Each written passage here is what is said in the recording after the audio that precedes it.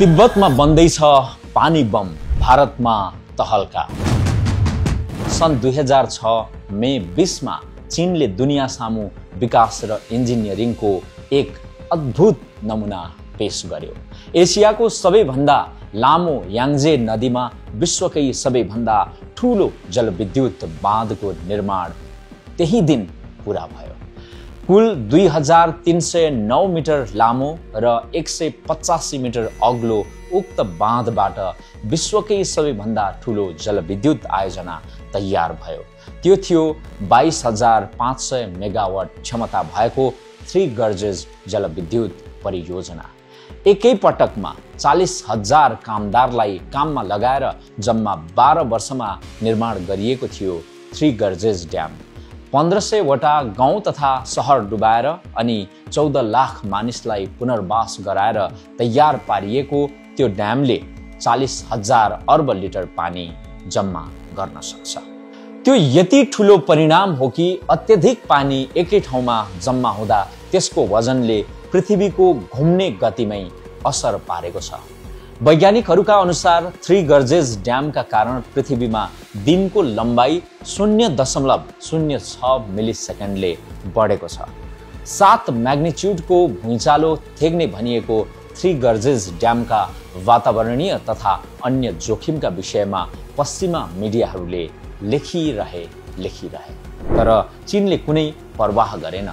मानव इतिहासकै ठूलो विस्थापन र पुनर्वास सञ्चालन गर्दै सन् 2012 सम्म आइपुग्दा चीनले थ्री गर्जेसका पुरै 34 वटा भीमकाय टर्बाइनबाट पूर्ण क्षमतामा बिजुली निकाल्न सफल भयो।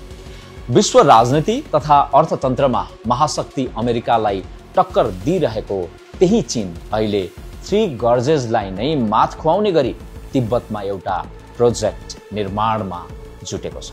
त्यसलाई चीनले शताब्दीकै महान परियोजना अर्थात् प्रोजेक्ट अफ द सेन्चुरी भनेको छ। तर थ्री गर्जेस भन्दा तेब्बर ठूलो उक्त जलविद्युत प्रोजेक्ट उसको प्रतिस्पर्धी मुलुक भारतका लागि भने निकै टाउको दुखाइको विषय बनिरहेको छ। तिब्बतमा निर्माण भइरहेको त्यो जलविद्युत आयोजनाको बाँधलाई भारतले पनि बमको संज्ञा दिएको छ। दर्शकवृन्द, आजको यस भिडियोमा हामी चीनले तिब्बतमा बनाउन लागेको संसारकै ठूलो जलविद्युत परियोजनालाई किन पानी बम भनियो, त्यसले कस्तो भू राजनैतिक तरङ्ग सिर्जना गरेको छ र भारत तथा बङ्गलादेशका प्रतिक्रिया र चिन्ताहरू के छन् भन्ने बारेमा विस्तृत रूपमा चर्चा गर्दैछौँ। भिडियो अन्तिमसम्म हेर्नुहोला, निकै इन्ट्रेस्टिङ छ। यार्लुङ साङ्पो सुपर ड्याम, चीनको गौरव, भारतलाई टेन्सन। गत जुलाई 19 मा तिब्बतको निङचीमा आयोजित विशेष समारोहमा चिनिया प्रधानमन्त्री ली कियाङले यार्लुङ साङ्पो जलविद्युत आयोजनाको शिलान्यास गरे। करिब 1,70,00,000,000 अमेरिकी डलर लागत रहेको उक्त जलविद्युत आयोजनाले 60,000 मेगावाट बिजुली उत्पादन गर्नेछ।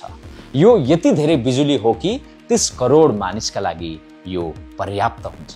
सन् 2030 सम्म निर्माण सम्पन्न गर्ने लक्ष्य राखिएको उक्त प्रोजेक्टमा बन्ने बाँध कत्रो हुनेछ भन्ने बारेमा केही पनि खुलाइएको छैन। तर थ्री गर्जेस भन्दा 3 गुणा धेरै बिजुली उत्पादन गर्ने यार्लुङ साङ्पोको बाँध निश्चित रूपेण भीमकाय हुने निश्चित छ। सोही कारण उक्त बाँधलाई सुपर ड्याम नामाकरण गरिएको छ। त्यसैले चीनले उत्पादन गर्ने 60,000 मेगावाट बिजुलीबाट होइन कि त्यसका लागि ठडाइने विशाल बाँध र जलाशयका कारण नै छिमेकी मुलुक भारत र बङ्गलादेश आत्तिएको अवस्था छ। वास्तवमा यो परियोजना हिमालयन जल भू राजनीतिको केन्द्रबिन्दु बनेको छ।